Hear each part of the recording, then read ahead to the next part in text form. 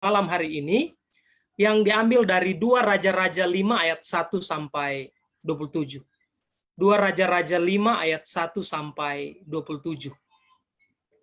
Anda boleh buka Alkitab dan juga saya boleh jelaskan cerita ini. Nah, di sini ada kisah seorang panglima. Siapa dia? Dia adalah Naaman. Naaman panglima Raja Aram adalah seorang terpandang di hadapan tuannya dan sangat disayangi sebab oleh dia Tuhan telah memberikan kemenangan kepada orang Aram. Tetapi orang itu seorang pahlawan tentara sakit kusta. Ya, Anda boleh lihat itu dalam 2 Raja-Raja 5 ayat 1 sampai 27. Kisah Naaman ini sering diulang-ulang, baik di KKR ataupun mungkin saudara-saudara sendiri sering untuk mengkhotbahkan akan kisah daripada Naaman. Tetapi yang menarik di sini adalah firman Tuhan, walaupun sudah diulang-ulang, dibawakan dan bahkan dikhotbahkan, dibuat renungan, tetapi selalu ada hal baru yang bisa kita ambil untuk menjadi aplikasi rohani dalam kehidupan kita. Mari kita lanjut. Di sini diceritakan dalam 2 Raja-Raja 5 ayat 1 sampai 27, seorang yang sangat-sangat terkenal, ya, dialah Naaman, dia sakit kusta tentunya ya. Dan anak-anak tahu sekali ini cerita ini. Dia pada akhirnya mendapat pertolongan dari seorang anak kecil yang dapat membantu dia. Anak kecil ini adalah anak orang Ibrani yang tinggal di rumahnya dan membantu akan istrinya. Dan kita tahu bersama cerita ini berkata bahwa pada akhirnya Naaman pergi kepada seorang nabi, yaitu Elisa, dan Elisa menyuruhnya untuk mengizinkan Naaman harus mandi selama 7 kali, membenamkan dirinya selama 7 kali, dan pada akhirnya dia sembuh. Nah, pada malam hari ini saya rindu untuk belajar kembali tentang Naaman. Nah, ini dia biografi Naaman yang sangat menarik. Siapa itu Naaman? Ya, saya ambil gambar ini dari internet, saudara-saudara sekalian. Jadi ini bukan Naaman yang sesungguhnya, tapi boleh untuk kita lihat. Ya, Naaman dia punya arti ada menyenangkan atau sedap. Itu arti daripada Naaman. Tentunya kita semua mempunyai arti nama-nama masing-masing kita. Dan Naaman ini adalah panglima Raja Aram. Panglima Raja Aram ini, kalau komentar Alkitab mengatakan bahwa dia kemungkinan adalah kalau di-compare dengan dunia modern, dia ini adalah Menteri Pertahanan. Ya, katakanlah kalau di Indonesia ada Menteri Pertahanan. Siapa Menteri Pertahanan kita? Ya, Bapak Prabowo ya. Bahkan kalau kita lihat dalam New International Version, dia katakan begini, dalam 2 Raja-Raja 5 ayat 1. Naaman ini adalah seorang great man, ya, orang besar, atau pejabat, orang terpandang. Luar biasa, saudara-saudara sekalian. Dia mempunyai hal yang sangat luar biasa. Tetapi permasalahannya apa? Ya, masalah besar yang dihadapi oleh Naaman adalah kesehatan. Saudara-saudara sekalian. Walaupun orang kaya, kalau dia sakit, walaupun dia seorang pejabat, walaupun mungkin dia seorang pendeta yang hebat, dia seorang penyanyi atau apapun profesi, tidak pandang jabatannya. Kalau dia sakit, sangat-sangat susah. Masalah besar yang dihadapi Naaman adalah kesehatan. Mari saya ingin bawa pikiran kita dalam satu komentar Alkitab yang disebut dengan Pulpit Commentary mengatakan begini. Kesehatan adalah berkat yang sangat berharga diberikan begitu berlebihan sehingga manusia jarang menghargainya, sehingga kesehatan sampai hilang. Ya, Anda perhatikan di sini. Jadi dia katakan bahwa kesehatan ini berkat yang sangat berharga diberikan berlebihan. Luar biasa. Dia pakai kata berlebihan di sini. Sehingga manusia jarang menghargainya. Sehingga kesehatan sampai hilang. Saya mau kasih contoh. Ya. Mobil atau motor. Untuk bisa membuat mesinnya bisa awet berjalan, harus diisi oli, saudara-saudara sekalian. Jangan coba-coba oli yang ditentukan kodenya, kita ganti dengan oli yang lain. Oli yang dipakai untuk mobil, kita pakai dengan oli yang dipakai oleh alat besar, atau kita pakai oli yang dipakai oleh traktor, atau kita coba rubah itu. Ya, risikonya bisa rusak, saudara-saudara sekalian. Tetapi Anda perhatikan, manusia Tuhan bilang inilah makanan yang harus Anda makan. Ya, Tuhan suruh kita makan makanan yang sehat. Manusia tidak mau makan makanan yang sehat. Luar biasa, saudara-saudara sekalian. Kadang-kadang kita isi makanan yang tidak baik dalam tubuh kita, tetapi kita tidak langsung sakit. Kita isi makanan yang mungkin merusak tubuh kita, tetapi kita belum langsung sakit. Makanya Palpit katakan, begitu berlebihan berkat Tuhan untuk kesehatan manusia, sehingga manusia jarang untuk bisa menghargainya. Kita lihat, nah, di sini Adam Clark mengatakan dalam bukunya atau komentar Alkitab 495, dia katakan begini, Allah sering mengizinkan cacat yang besar dicampurkan dengan keunggulan yang besar, supaya manusia tidak menjadi sombong dan menyebabkan manusia itu berpikir secara waras, bijaksana tentang diri. Jadi tadi, Tuhan sudah kasih berkat yang limpah, berkat yang besar tentang kesehatan kita, tapi manusia langgar. Oh, Tuhan izinkan itu terjadi. Tuhan izinkan itu terjadi untuk bisa merubah kita, untuk bisa kita berpikir bijaksana. Demikian juga dengan salah satu tokoh Alkitab pada malam hari ini, yaitu Naaman. Mari kita lihat. Nah, ini dia. Masalah besar yang sementara Naaman hadapi adalah apa? Kusta. Tetapi bersyukur, dia sakit kusta, dia bukan orang Israel. Karena kita tahu bersama dalam kisah Yesus, bahwa ketika seorang sakit kusta, dia harus diasingkan, saudara-saudara sekalian. Dia harus dikucilkan. Kalau belum tahir, belum boleh masuk di dalam kota.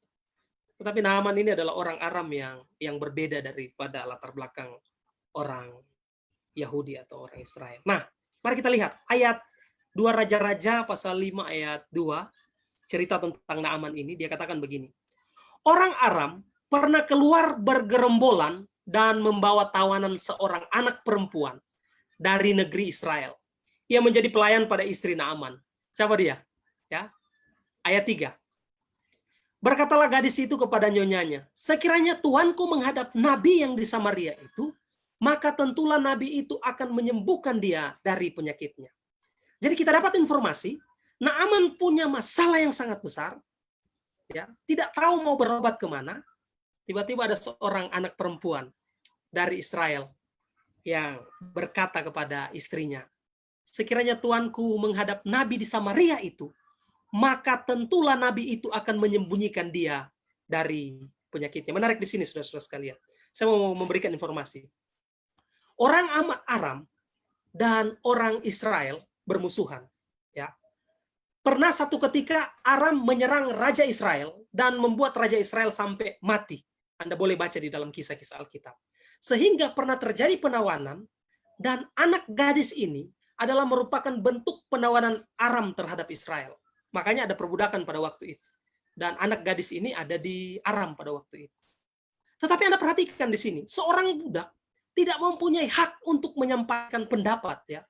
Bahkan mereka takut untuk bisa menyampaikan aspirasi ataupun hal-hal baik kepada pemimpinnya. Tapi Anda perhatikan di sini. Seorang gadis ini bukanlah gadis yang biasa. Dia katakan, sekiranya tuanku menghadap nabi yang di Samaria itu, maka tentunya nabi itu akan menyembuhkan dia dari penyakitnya. Dia promosi di sini, saudara-saudara sekalian. Siapa dia? Anak gadis Israel. Ya, yang pertama poinnya adalah berani berbicara agama dan nabinya. Pelajaran sekolah sahabat bilang, anak ini berani bersaksi. Tidak pendendam. Karena dia tawanan. Bisa saja orang tuanya stres di kampung. Aduh, anak saya punya keadaan bagaimana? Tapi Ellen White mengomentari ini yang sangat luar biasa, saya akan bacakan bagi kita pada saat ini. Tingkah laku gadis tawanan ini, cara yang diterapkannya sendiri di rumah kafir itu, adalah sesuatu kesaksian yang kuat terhadap kuasa pendidikan dalam rumah tangga sewaktu ia masih kecil. Jadi anak ini kalau tidak ditanamkan satu prinsip atau tidak pernah diajarkan tentang kebenaran, tidak mengetahui rencana keselamatan, dia tidak dididik mengenal akan Tuhan, dia tidak akan pernah bersaksi dan menyampaikan kebenaran kepada Raja Aram. Menyampaikan kebenaran kepada salah seorang pemimpin yang ada di Aram. Tetapi dia adalah anak kecil yang sudah dididik oleh orang tuanya untuk kenal kebenaran. Ini menjadi tantangan bagi saya secara pribadi. Saya punya seorang anak, menjadi tantangan bagi kita. Pentingnya untuk kita menanamkan satu prinsip kebenaran kepada anak-anak kita. Di dunia manapun dia berada, di tempat manapun dia berada, dia selalu sanjung dan tinggikan kebenaran firman Tuhan. Amin, saudara-saudara sekalian. Ya. Oke, mari kita lihat. Yang berikut, ayatnya yang kelima. Maka jawab Raja Aram, baiklah, pergi dan aku akan mengirimkan kepada Raja Israel. Lalu pergilah Naaman dan membawa sebagai persembahan talenta perak, ya. Maaf, ada kesalahan di sini. Oke, baik ya. Pergi dan membawa persembahan. Jadi Raja Aram kontak ke Raja Israel dan pada akhirnya Naaman pergi untuk bertemu dengan Elisa. Tapi yang menarik di sini adalah, baiklah, pergilah dan aku akan mengirim kepada Raja Israel.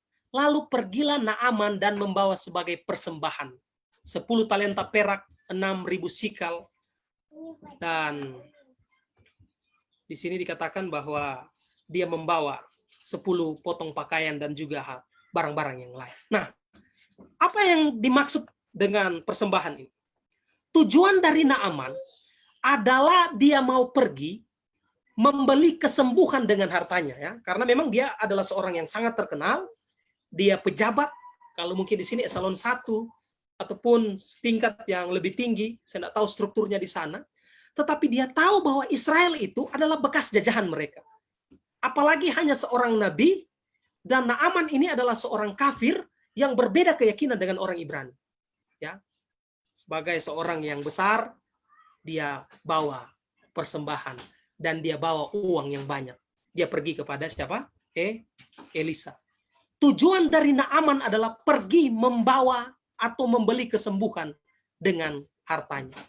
Tapi menarik saudara-saudara sekalian, ya. Ada beberapa komentar Alkitab yang saya baca yang membuat satu wawasan bagi saya. Naaman kecewa karena uang ini tidak dapat membelikan kesembuhan kepada dia. Jadi gagasan orang kafir adalah apa saja yang dibeli, konsepnya adalah dia bisa bayar. Makanya dia bawa persembahan kepada Elisa. Mari kita lihat ayat yang ke-9. Kemudian datanglah Naaman dan kedua, dan kudanya dan keretanya, lalu berhenti di depan pintu rumah Elisa. Ya, jadi mereka pergi dan sampai di rumah daripada Elisa. Ya, apa yang terjadi, saudara-saudara sekalian? Ini cerita yang paling menarik ketika saya baca-baca cerita dari Naaman ini.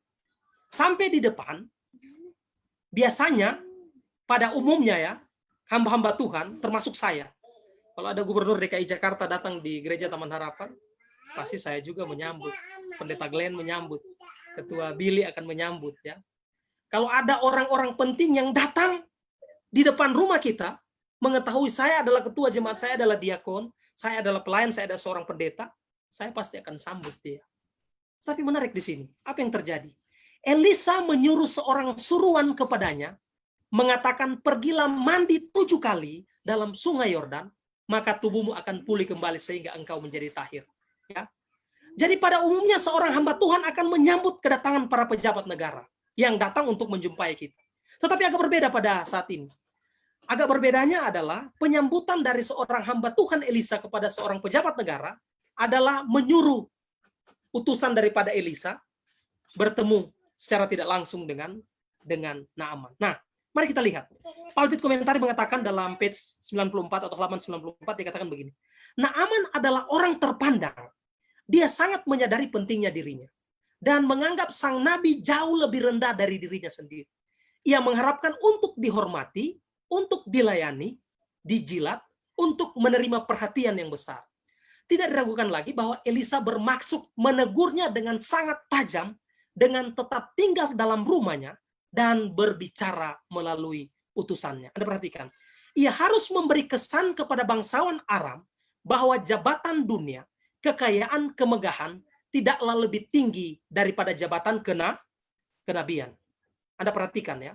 Banyak orang yang kaya, banyak orang yang sukses, bukan hanya orang sukses, ada juga Orang yang walaupun secara strata dunia tidak mempunyai ekonomi yang bagus, tetapi karena dia pikir dia di dalam pelayanan sudah pengalaman, ya, dia membuat posisinya lebih tinggi daripada seorang yang diurapi Tuhan.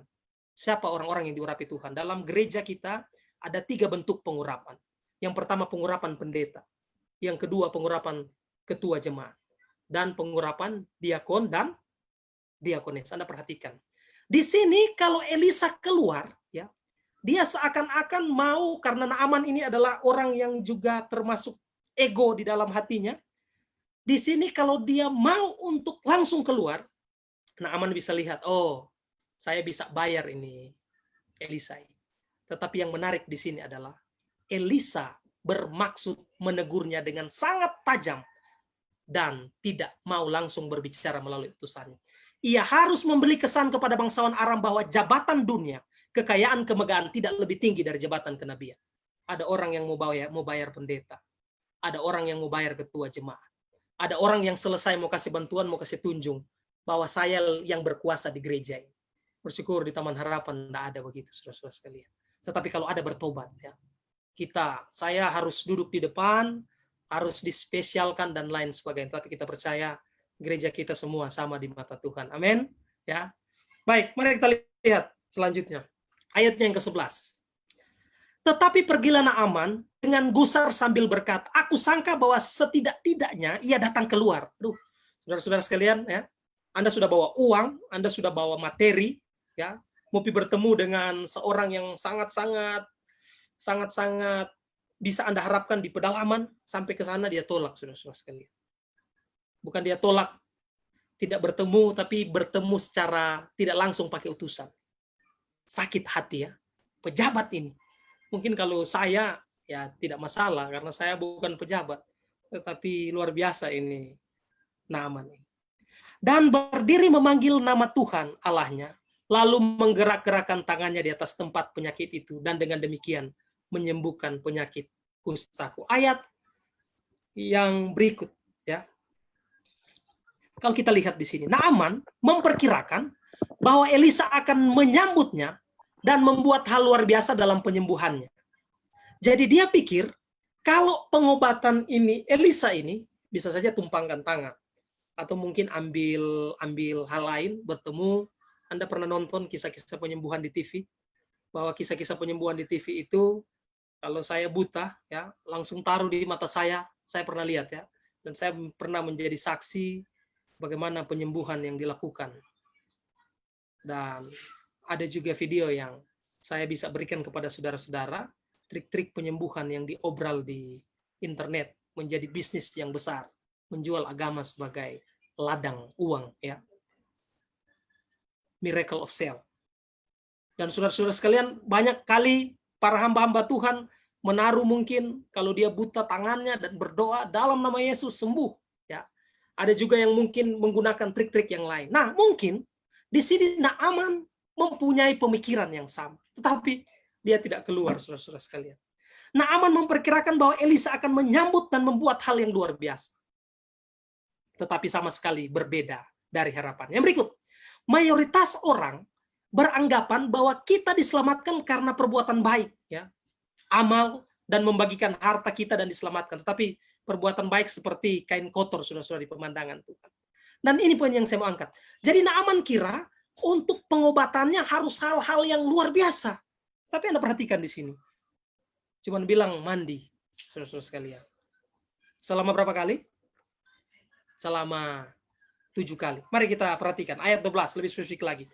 Bukankah Abana dan Parpar, sungai Damsik yang lebih baik dari segala sungai yang ada di Israel? Bukankah aku dapat mandi di sana dan menjadi tahir? Kemudian berpalinglah ia pergi dengan panas hati. Panas dia. Dia pikir bertemu dengan Elisa akan membuat satu hal yang sangat besar. Ya, kadang-kadang kita suka kalau kita punya pendeta itu bisa menyembuhkan dalam nama Yesus sembuh. Kalau pendeta bilang, saudara, kalau sakit makan sehat. Ya, kalau asam urat, saudara-saudara sekalian, jangan makan itu penyebab asam urat, tetapi makan sayur-sayur dan buah-buahan. Saya pernah di satu tempat pelayanan saya, seorang anggota sakit. Dari jauh saya lihat kakinya sudah diangkat-angkat. Tarik-tarik. Saya katakan, "Shalom, Bapak. Shalom, pendeta. Mari. Kenapa kaki?" Aduh, asam urat ini. Dan dia tanya, "Pendeta, kira-kira apa yang dapat menyembuhkan asam urat saya?" Ya, karena memang kita tahu, kami juga sering dan saudara-saudara orang Advent tahu ya obat asam urat apa. Asam urat itu adalah purin, penumpukan protein yang ada. Dan penyebabnya adalah daging, ikan, protein. Dia tanya, "Pendeta, kira-kira saran pendeta apa?" Saya bilang, "Jangan makan ini." Mukanya langsung merah, saudara-saudara sekalian. Dia bilang, "Aduh, biar sudah saya cari obat." Ya. Jadi Naaman pikir ada hal yang besar. Bapak ini pikir saya akan kasih itu hal-hal yang luar biasa, tetapi saya hanya kasih nasihat. Dia sangat sedih. Nah, ini dia, Sungai Yordan. Saudara-saudara sekalian, dia katakan bahwa lebih baik dari segala sungai yang di Israel, bukankah Abana dan Parpar, sungai-sungai Damsik yang lebih baik dari segala sungai di Israel? Saya belum pernah sampai di sini. Saya punya kerinduan. Walaupun orang Kristen bukanlah jaminan untuk pergi ke Holy Land, mereka akan diselamatkan, tidak. Tapi setidaknya saya punya kerinduan suatu saat. Kalaupun tidak, tidak masalah. Ya. Dan ini Sungai Yordan. Anda lihat saudara-saudara sekalian. Ya. Sungai yang bukan sungai yang sama seperti angan-angan kita. Ada banyak spot baptisan di Sungai Yordan ini. Kalau seorang turis yang akan pergi ke Holy Land, saya tidak tahu Bapak Ketua Beni ada sampai di sini atau di tempat yang lain, ya. Mungkin kalau sungai yang demikian, saya akan senang. Atau sungai begini, Naaman akan puas dia punya hati. Boleh Jo, ini sungai yang bagus untuk saya bisa dibaptis. Minta maaf, dicelupkan, ya, dimandikan di sini. Ini saja. Tetapi ini mungkin sungai yang tidak terlalu baik. Kenapa saya mau untuk mengikuti akan amaran daripada Elisa? Mari perhatikan. Rasio manusia berpikir bahwa tidak masuk akal sungai yang tidak baik dapat menyembuhkan penyakit. Ya, cara berpikir manusia bahwa tidak masuk akal. Sungai Yordan ini mau bikin sembuh saya punya penyakit. Saya di tempat saya banyak sekali sungai-sungai yang baik. Untuk kami di Papua, saudara sekalian, Anda akan lewat ke arah-arah agak-agak jauh dari kota, sungai-sungai yang begitu jernih. Dan bahkan sungai-sungai yang banyak ikan-ikannya, airnya yang sangat bersih. Ya, kalau di Jakarta mungkin Anda lihat selokan-selokan, sungai-sungai kecil penuh dengan kotoran. Ya. Jadi saya bisa menghayal bagaimana kalau saya disuruh mandi di sungai di Jakarta, perasaan saya. Tetapi bekerja bukan atas kemauan kita, tetapi apa yang Tuhan katakan. Amin. Jadi rasio manusia berpikir bahwa tidak masuk akal, sungai yang tidak baik dapat menyembuhkan penyakit. Tetapi pekerjaan Tuhan, ya, atas kemauan Tuhan, bukan atas perkenanan kita. Bekerja bukan atas kemauan kita, tetapi apa kata Tuhan. Mujizat akan berlaku dalam kehidupan kita ketika kita bertindak atas apa yang Tuhan mau. Ayat 13. Tetapi pegawai-pegawainya datang mendekat serta berkata kepadanya, "Bapak, seandainya nabi itu menyuruh perkara yang sukar kepadamu, bukankah Bapak akan melakukannya?" Jadi yang pertama adalah Naaman pikir hal yang akan dia buat mungkin hal yang biasa. Yang kedua adalah suruh mandi lagi. Mandi ini di tempat yang mungkin tidak masuk di hati daripada Naaman. Mungkin Naaman segera akan meninggalkan tempat itu. Tetapi ada pegawai bilang, "Pak, tahan dulu, jangan dulu." Ya, bukankah seandainya nabi itu menyuruh perkara yang sukar, Bapak akan menurutinya? Bukankah Bapak akan melakukannya? Apalagi sekarang, ia hanya berkata kepadamu, "Mandilah dan engkau akan menjadi apa? Tahir." Saudara-saudara sekalian, Anda perhatikan di sini. Dalam hal keselamatan, orang lebih mencoba cara yang sukar daripada sederhana apa yang dikatakan Tuhan. Ya. Dalam hal keselamatan, orang yang lebih suka yang susah daripada hal yang sederhana apa yang dikatakan Tuhan. Saya mau kasih contoh, saudara-saudara sekalian. Gereja kita, ya, sejak seratusan tahun lalu terkenal dengan health reform, reformasi kesehatan. Siapa yang tidak kenal dengan gereja Advent? Ya, tanya, tahu gereja Advent? Oh iya, gereja yang bawa-bawa traktat kesehatan. Ada traktat yang ada gambar jantung, ada traktat yang ini. Ya, Anda mengenal mungkin buku Topa. Ada buku Topa, buku kesehatan. Ya, ada juga buku-buku yang dulu-dulu saya pernah menjadi student literatur di Sanger. Waktu masuk mereka bilang Advent ya. Saya tanya, kenapa Bapak tahu? Karena orang Advent yang datang bawa-bawa buku kesehatan di rumah-rumah orang-orang yang membutuhkan pelayanan. Nah, gereja diperlengkapi Tuhan dengan reformasi kesehatan. Tetapi di dalam buku-buku yang ada di rak saudara-saudara dan saya, anjuran kesehatan yang sederhana, kita tidak mau buat. Ya. Disuruh tinggalkan ini, bilang, enggak apa-apa pendeta. Ada kok BPJS. Ya. Ada kok saya medical check up setiap tahun. Nanti toh saya punya fasilitas ini, nanti berobat, nanti mereka akan kasih obat. Waktu darah tinggi, sudah divonis dokter untuk minum obat seumur hidup. Yang penting pendeta ada obat. Makan saja apa yang dikatakan. Ya walaupun Tuhan sudah amarkan melalui tulisan roh nubuat. Jadi ilustrasinya adalah dalam hal keselamatan, orang lebih mencoba cari cara yang sukar daripada sederhana apa yang Tuhan katakan. Orang mau cari hal yang lain. Makanya penetelayanan itu penting untuk kita bisa belajar yang sederhana, dan sederhana akan dapat menuntun kepada yang bisa, yang agak-agak sukar ke atas. Mari kita lihat ayat 14. Maka turunlah ia, membenamkan dirinya 7 kali dalam sungai Yordan, sesuai dengan perkataan abdi Allah itu. Nah, pada akhirnya Naaman ini, dia ikut apa dari kata Nabi itu. Apa yang dikatakan oleh pegawai-pegawainya, dia ikuti. Lalu pulihlah tubuhnya, dan kembali seperti tubuh seorang anak. Ya.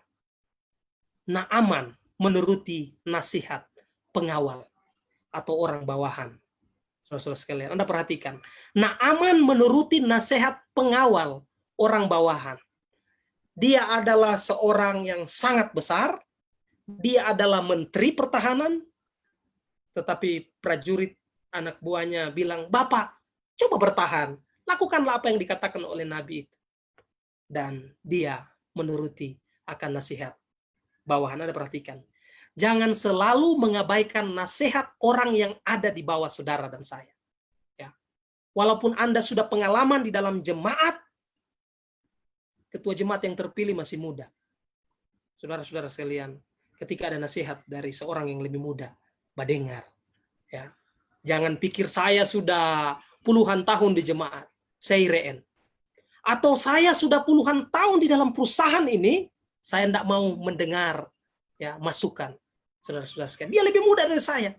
Ya, saya lebih tinggi pengetahuan. Tidak, saudara-saudara sekalian. Zaman sekarang harus kita ketahui bersama bahwa di era industri 4.0, segala pengetahuan bisa diakses oleh orang lain. Baik itu dunia teologi, baik dunia bisnis, ataupun hal-hal demikian. Ya. Kadang-kadang mungkin istri kita yang bisa menasihati kita lebih tahu daripada kita.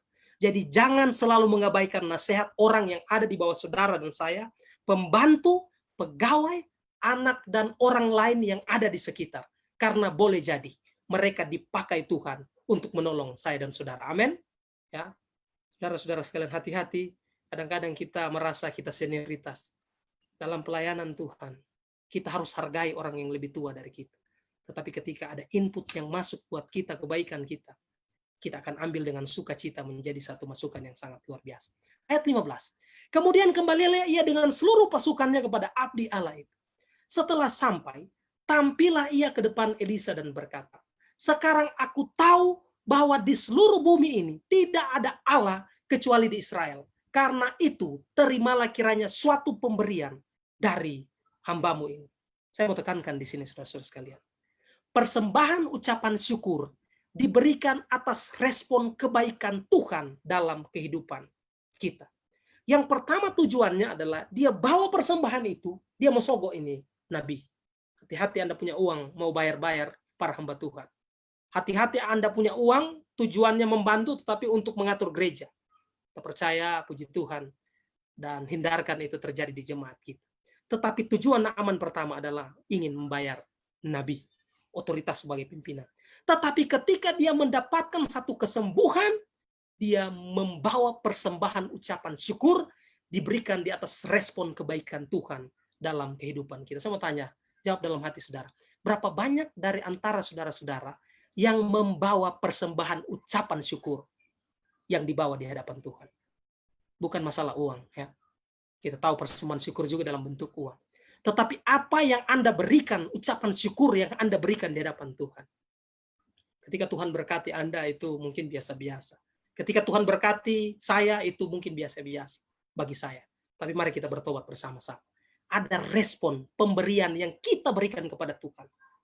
Boleh jadi itu tenaga kita. Boleh jadi itu talenta kita. Boleh jadi itu uang kita kasih di dalam penginjilan. Boleh jadi itu motor kita. Boleh jadi apa lagi? Ya, apa saudara-saudara sekalian? Apa saja yang boleh jadi berguna bagi para pelayan kita. Boleh jadi mungkin rumah kita sebagai tumpangan. Orang lain datang untuk menginap di rumah kita. Boleh jadi itu makanan yang ada di rumah kita. Yang kita boleh dapat bantu di dalam pekerjaan kita. Itu hanya ilustrasi, saudara-saudara sekalian. Persembahan ucapan syukur diberikan atas respon kebaikan kita. Sebagai kesimpulan pada saat ini. Ayatnya yang ke-10. Elisa menyuruh seorang suruhan kepadanya, mengatakan, pergilah dan mandi 7 kali dalam sungai Yordan, maka tubuhmu akan pulih kembali, sehingga engkau menjadi tahir. Saya kembali ke ayat 1, menjadi kesimpulan. Kenapa Elisa menyuruh suruhannya kepadanya mengatakan mandi 7 kali? Ya, saya tidak akan gali angka 7. Nanti kita akan, kalau ada kesempatan kita akan bahas apa sebenarnya dengan maksud makna 7. Boleh jadi dalam pembahasan-pembahasan yang lain tentang Elia dan juga yang lain-lain. Tetapi mari Anda perhatikan di sini. Pergilah mandi 7 kali dalam sungai Yordan, maka tubuhmu akan pulih. Ingat ini di zaman perjanjian lama.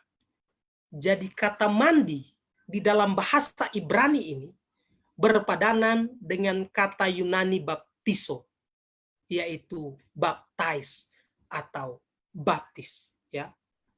Beberapa tahun sesudah peristiwa Naaman, baru ada peristiwa-peristiwa baptis, bahkan Yohanes Pembaptis, Yesus dibaptis, dan terus menerus dan terus menerus. Jadi sama, dibenamkan. Ya. Makanya kalau percik sebenarnya bukan baptis, tetapi dibenamkan. Ya, dibenamkan. Itulah arti kata baptiso. Dan ini dia, kata Ibrani untuk mandi, membenamkan sama arti dengan kata Yunani baptiso, baptize. Naaman sebelum menerima kesembuhan dan keselamatan, Tuhan harus melembutkan hatinya. 7 kali kamu harus merendahkan diri di hadapan Tuhan. Apa proses Tuhan untuk suruh dia 7 kali? Apa proses Tuhan supaya dia masuk, ya, untuk melembutkan hatinya, untuk membuat dia meekness is not weakness, ya. Mau mengajarkan dia kelemah lembutan hatinya bukanlah satu kesalahan atau bukanlah satu masalah, tetapi mau mengajarkan dia untuk rendah hati sebelum kamu dipakai oleh Tuhan dalam pekerjaan Tuhan yang akan datang. Saudara-saudara, saya mau buat panggilan pada malam hari ini. Banyak kali kita sombong tapi kita tidak tahu kita sombong.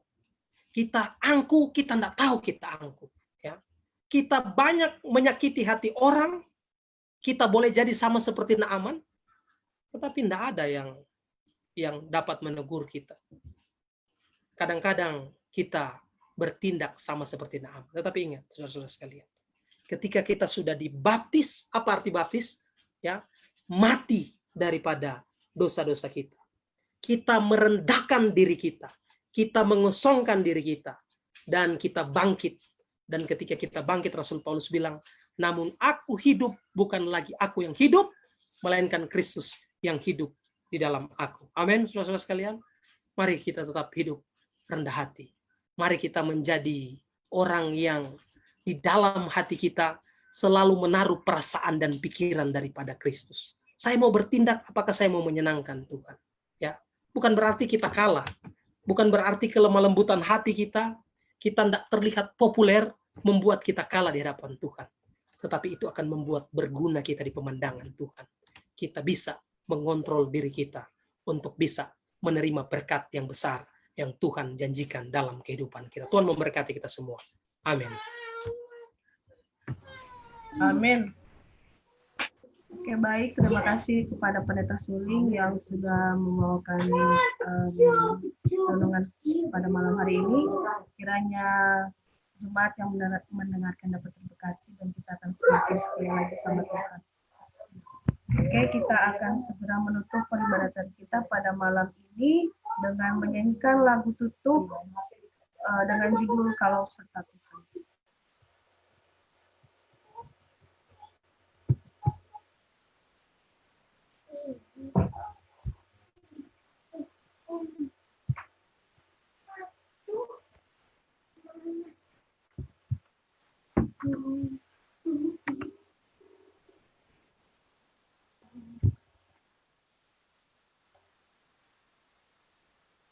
Kak Jerry bisa di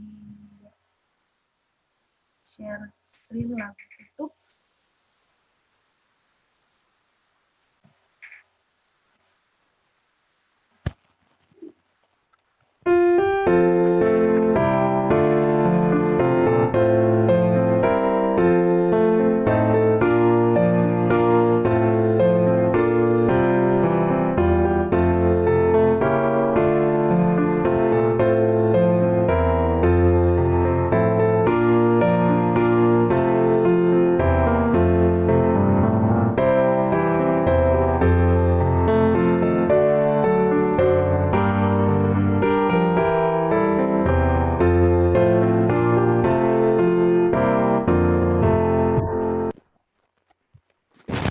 Tutup akan dibawakan oleh Pendeta Suling.